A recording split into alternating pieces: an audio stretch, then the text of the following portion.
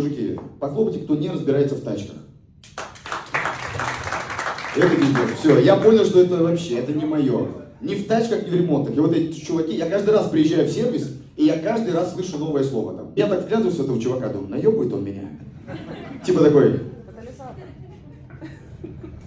Наконечник рулевой. Ты такой, ха! И смотришь.